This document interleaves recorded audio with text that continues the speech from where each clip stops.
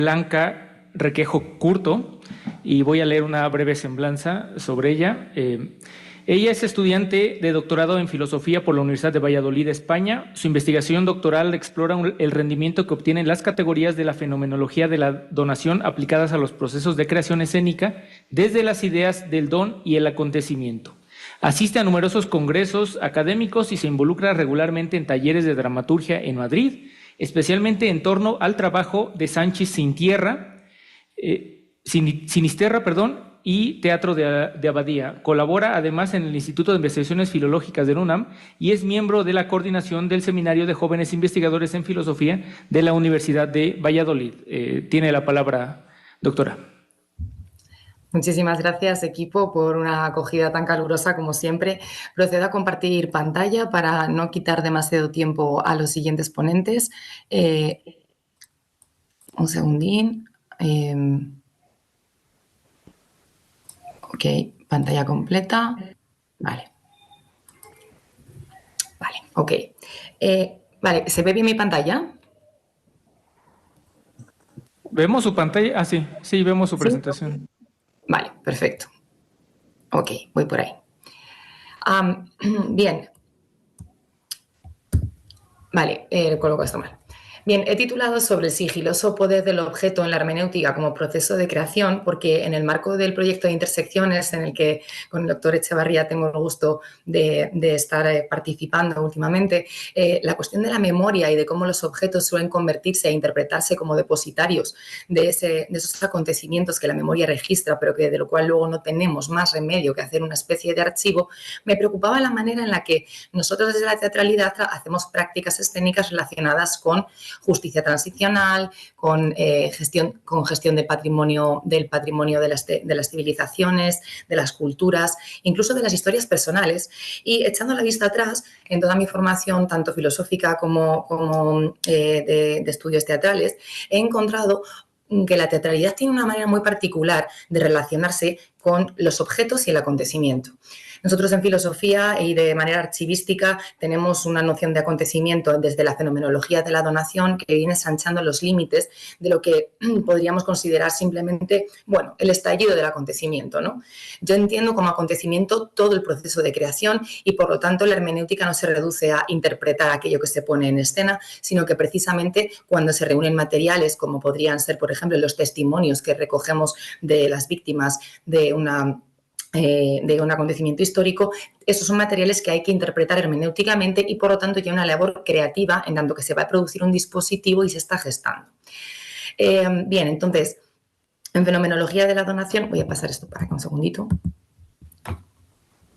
Ahí, vale. Me pregunto cómo puede la teatralidad ayudarnos a explorar la relación entre el objeto y el acontecimiento. Por lo tanto, lo que digo es que no vamos a poder entender la hermenéutica como una interpretación en el sentido univocista y muchísimo menos en el sentido de desciframiento, sino muy al contrario como un proceso de creación sobre los materiales, sobre los signos, etc. Hablamos de fenómenos de frontera porque el acontecimiento tiene una serie de características que no me puedo poner a detallar mucho aquí por cuestiones de tiempo, pero sobre todo son fenómenos de frontera porque no se dejan conceptualizar dentro de aquello que consideramos los límites de un lenguaje normal y precisamente del lenguaje logocéntrico normal.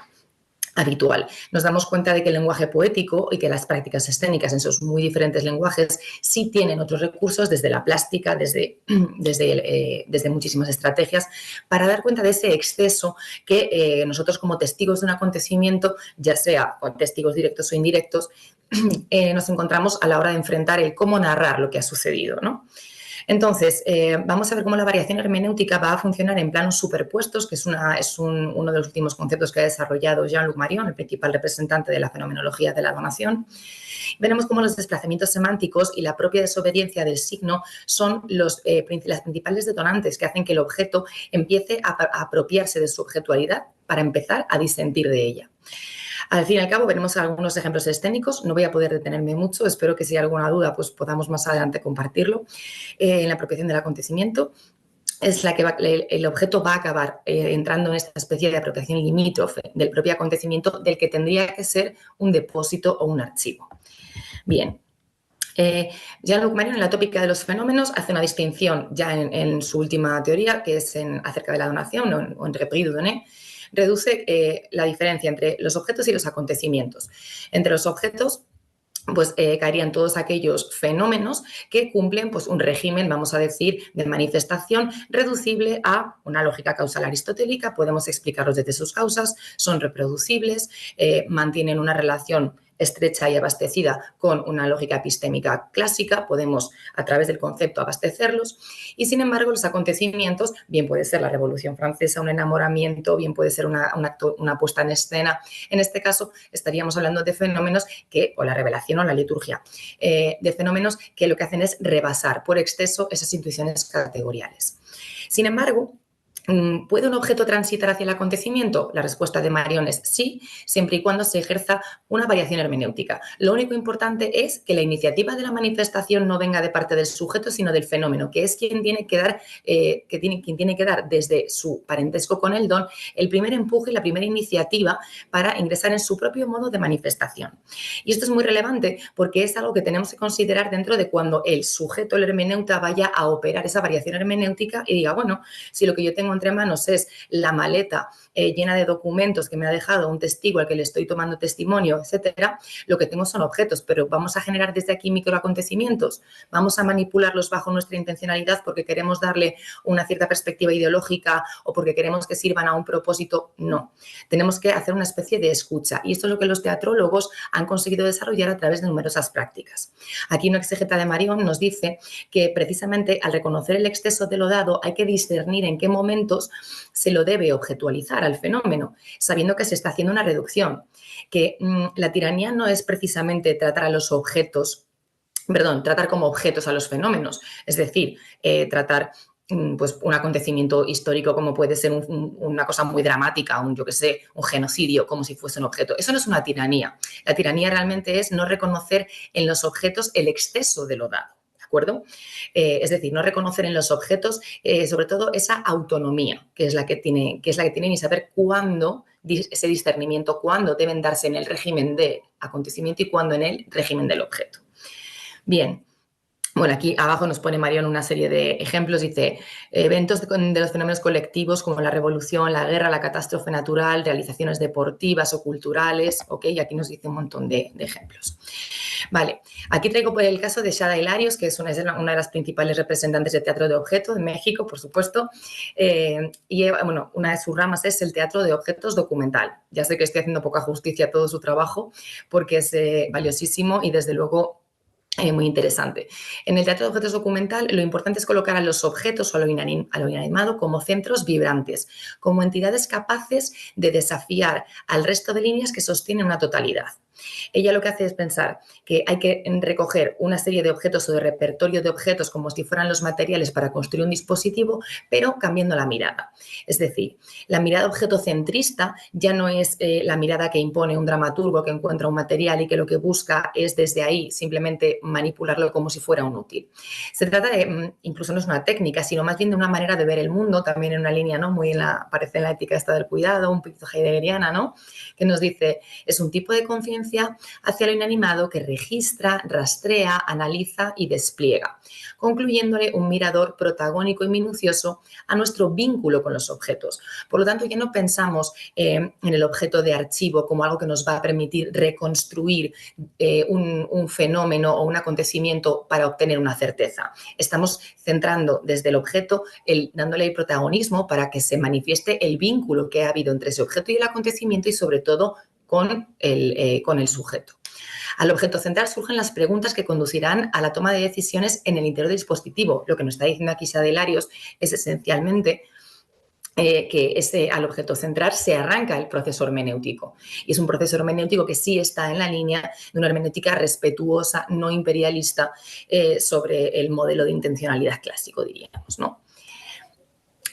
Vale, también en este caso nos dice Shada Hilarios que al objeto centrar nos alejamos de la idea del virtuosismo subyacente a la gramática manipulativa del teatro de títeres. A ver, Cuando hablamos de teatro de objetos, la mayoría de las personas pensamos en marionetas. En este caso, ya los creadores hace mucho que se han desmarcado. Por supuesto que el teatro de objetos sigue ocupando marionetas, pero Shadi Hilarios precisamente arrancó su viaje cuando se dio cuenta de la deficiencia que presentaban las marionetas, porque al ser antropomórficas o al intentar antropomorfizar y exigir un virtuosismo, como nos lo cuenta Heinrich von Kleist, ¿no? Ese texto maravilloso que tiene sobre el teatro de marionetas, al ser antropocentrista y al intentar animar todo respecto todavía al modelo del humano, al imitar, al estar en la mímesis, no deja que aparezca la objetualidad en toda su rotundidad y en todo su misterio. Por lo tanto, es importante sacar cualquier tipo de referencia que nos pueda llevar desde desplazar al objeto o contaminarlo, ¿no? Es como que esto también se le reprocha un poquito a Marion cuando dice que es el fenómeno que tiene que tomar la iniciativa. Dicen, bueno, algunos críticos dicen, bueno, al fin y al cabo estás como sustantivizando al sujeto, subjetivizando al objeto, sustantivizándolo, estás cambiando de sitio el problema. Y en realidad no, y vamos a ver por qué. Dice, no se trata, dice, por ejemplo, no sé, por ejemplo, en su desobediencia funcional, no porque el objeto se marionetice y tenga que hacer como si fuera otra cosa, sino porque el mismo afecto hacia él y el reparto sensible que el objeto genera ya lo convierte de por sí en otra cosa y pasa de ser un objeto a ser una cosa. Esto porque es interesante, porque el objeto solamente se entiende en relación con el sujeto. La palabra cosa nos permite manifestar una neutralidad que es la que reclama el fenómeno para tener su propio espacio de acción. El objeto, es decir, la coseidad. Y yo aquí, solo por llevar un poco la contraria, traigo el caso de Sharmanka, que es un caso que también lo comenté con Shadi en su día, porque a mí me parece que estas marionetas no son precisamente... o sea, creo que aunque tienen formas humanas, el caso es Eduard Verdutsky, que es un autor, un artista ruso, las hizo pasar por juguetes para poder llevarlas desde Rusia hasta Escocia, hasta Glasgow, porque era perseguido por la KGB. Son marionetas que en su día parecían, se llama teatro cinético, parecía que lo que estaban haciendo era una especie de crítica, pero si se fijan en la instalación que tiene este tipo de teatro de objetos, está en la de sobra, no tiene un fin, son ruedas, son mecanismos, tiene algo de juguete, pero precisamente por eso mantiene algo de... ¿cómo diría yo?, de desobediencia a la función, al telos. Y ese es uno de los principales requisitos que tiene que cumplir el acontecimiento, el ser tanto inmotivado, el no poder rastrear sus causas, como el ser impredecible, ¿no? El no tener un telos, un fin, el no dejarse ceñir por una explicación hermenéuticamente satisfactoria y el mantener un cierto equivocismo. Fíjense en las sombras que están generando solamente por compartir un espacio que es una habitación muy pequeña en un barrio no muy céntrico de Glasgow. Entonces, bueno, nos dice aquí Shadi Hilarios que se extraña el objeto al concederle la equidad y en cambio se poetiza en sí, por lo que activa su memoria. Bien. A mí lo que me interesa en este caso es que los objetos siguen funcionando, mientras estemos hablando de teatro documento, como documento que tiene que rendir cierta fidelidad a un acontecimiento. Por lo tanto, sí que tienen cierta esclavitud, ¿no? Pero ellos, está el sigilo de su revolución misteriosa, que incluso cuando cumplen una función así en un artefacto escénico, empiezan a suceder cosas, a cometer disidencias y a comportarse de manera errática. Vamos a ver en la siguiente diapositiva, bueno, que este caso es muy complejo, no lo voy a poder explicar. El caso de Palabras ajenas de León Ferrari, bueno, lo vemos muy rápidamente. León Ferrari es un artista muy conocido por sus obras más polémicas, ¿no? Pero si se fijan lo que vemos en esta escena... O el de God in Diem, contra el que se levantaron las guerrillas comunistas en Vietnam del Sur. Ed Van Camp, de la United Press, y asesinato. A las 10:46 am, un hombre sobre una lambreta zumbó junto a los polizontes y estacionó en la vereda de enfrente. Minutos más tarde, un sedán Renault Frégate frenó junto al cordón aproximadamente a unas 4 yardas más allá de la embajada. El conductor bajó quejándose por un desperfecto en el motor. Cuando un policía le dijo que se fuera, que estaba bloqueando el tráfico, el hombre abrió fuego con una pistola. Bien, esta representación se llevó a cabo en Argentina, luego en el Reina Sofía, y consiste básicamente en que aquí nos preguntemos cuál es el objeto, si simplemente se trata de una instalación donde durante horas y horas y horas y horas se lee una selección de registros periodísticos sobre los abusos que se cometían gubernamentalmente sobre la población civil que León Ferrari recogió. Pues a mí lo que me interesa es que el objeto aquí es el propio texto, el que está excediendo los límites del tiempo, los límites de las formas que están, de los límites formales de la puesta en escena, ha decidido introducir una pistola, si se han dado cuenta, porque es el propio texto quien lo demanda. Los sujetos que están leyendo son auténticamente neutros respecto a la prioridad del objeto, que es el texto que tiene que estar constantemente siendo narrado. Incluso en algo como esto vemos que el objeto sigue empujando y reclamando su protagonismo, lo que nosotros en fenomenología llamaríamos esa iniciativa del fenómeno, ¿no? Otro caso de trato documento que también es interesante para entender las prácticas de la memoria, en este caso es el del mar, de Xavier Bovés, que es un autor también de teatro de objetos, y Alberto Conejero, que es un auténtico portento del teatro contemporáneo y un grandísimo poeta, también docente del que he tenido la suerte de ser alumna, y colaboraron en el Teatro de la Abadía para sacar adelante un proyecto sobre un episodio de la Guerra Civil Española en el que unos niños no llegaron a ver el mar, a pesar de que un maestro de Burgos se lo prometió, porque este fue ejecutado poco tiempo antes de que pudiera cumplir su promesa. Rescataron los materiales hablando con las familias, materiales de esa época, del vestigio de esas infancias truncadas, y a través de un proyector lo que hacían era enfocar en la pared y manipular esos objetos, narrando mientras tanto la historia.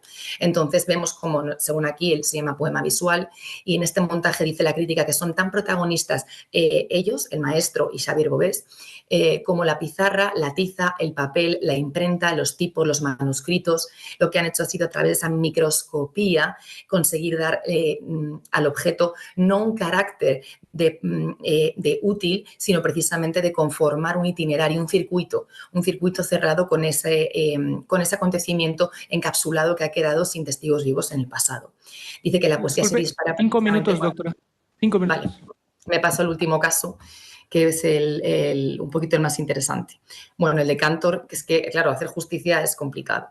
Bueno, aquí traigo el Dromplin de Sánchez Sinisterra. Sánchez Sinisterra se inventó un Dromplin, que es un objeto que no tiene ningún tipo de función, porque en una puesta en escena tenía el inconveniente de que no sabía cómo resolver una situación. Entonces le pidió al escenógrafo que se inventase un Dromplin, que tiene que ser, dice, no sé lo que es, tiene que ser algo que ya haya allí, un aparato que tenga vida, que interactúe, que emita sonidos, algo. El escenógrafo se lo inventó, y precisamente ese aparato más adelante, con el desarrollo de los ensayos, fue devorando los diferentes materiales que había en escena hasta instalarse y tener que incorporarse en las demás representaciones y cambiar el texto, porque acabó ocupando y protagonizando toda la función. Por último, la colección de Juan Mayorga.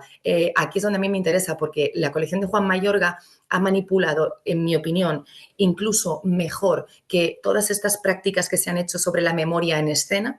Ha manipulado mejor la relación entre el objeto, la memoria y el acontecimiento, cuando realmente esta es la única obra que no trata estrictamente sobre episodios de memoria histórica o episodios de memoria, vamos a decir, personal, íntima, como hemos visto en otros casos anteriores, ¿no?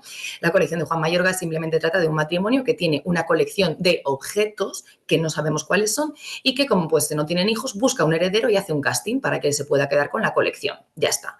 Este es el Teatro de la Abadía, así fue representado, ahí estaba yo ahí en primera línea, y eso que ven en el escenario son cajas de objetos que están sin abrir, es decir, están ahí plantadas. Esto es toda la escenografía que hay.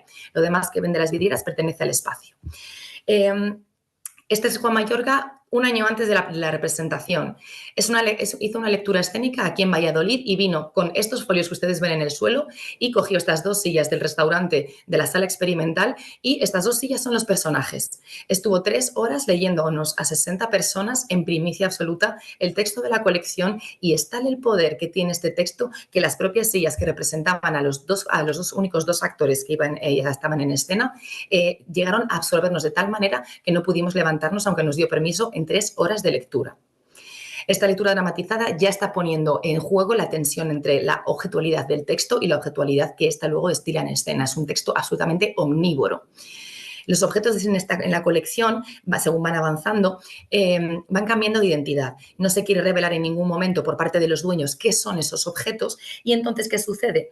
Pues que los dueños se presentan como propietarios de los objetos, pero los que son aspirantes a heredar la colección se dan cuenta de que es algo muy extraño que cada objeto de la colección encapsula un acontecimiento, de ahí su nombre. Cada objeto de la colección se llama Atenas 2005, Bilbao 2006, así, y se dan cuenta de que al final es el objeto el que está prácticamente tiranizando a los dueños, de manera que ya no solamente son dueños, sino también testigos de los acontecimientos. Pasan de ser propietarios, sujetos propietarios, a ser testigos. Después pasan a ser guardianes, porque su única función en la vida es custodiar esa colección que nadie sabe exactamente de qué. Es una colección de microacontecimientos, pero los objetos no llegan nunca a revelarse, se asoman constantemente como a confesar su identidad, pero no llega a suceder. Y por último... Un minuto, doctora, solamente para un minuto. Y por último, la última figura que vemos en la obra es que ya no son ni siquiera guardianes ni testigos, son vasallos de los objetos, porque los objetos han cogido esos pequeños acontecimientos y han generado una colección que es el gran acontecimiento que inaugura un propio tiempo, desbarata la lógica con la que se estaban manejando respecto al objeto, tiene una absoluta desobra porque nadie conoce ni la causalidad ni el fin de establecer esa colección, a dónde va, y por lo tanto me parece que cristaliza muy bien este carácter antagónico del objeto respecto al acontecimiento, cómo coopera con él al mismo tiempo que lo sabotea y busca apropiarse de él. Por lo tanto, tanto el sujeto como el hermeneuta creo que tienen en el objeto tanto a un aliado como a un contrincante, que es lo que queremos en fenomenología, ¿no? Bueno, pues muchísimas gracias por su atención y disculpen que me haya extendido.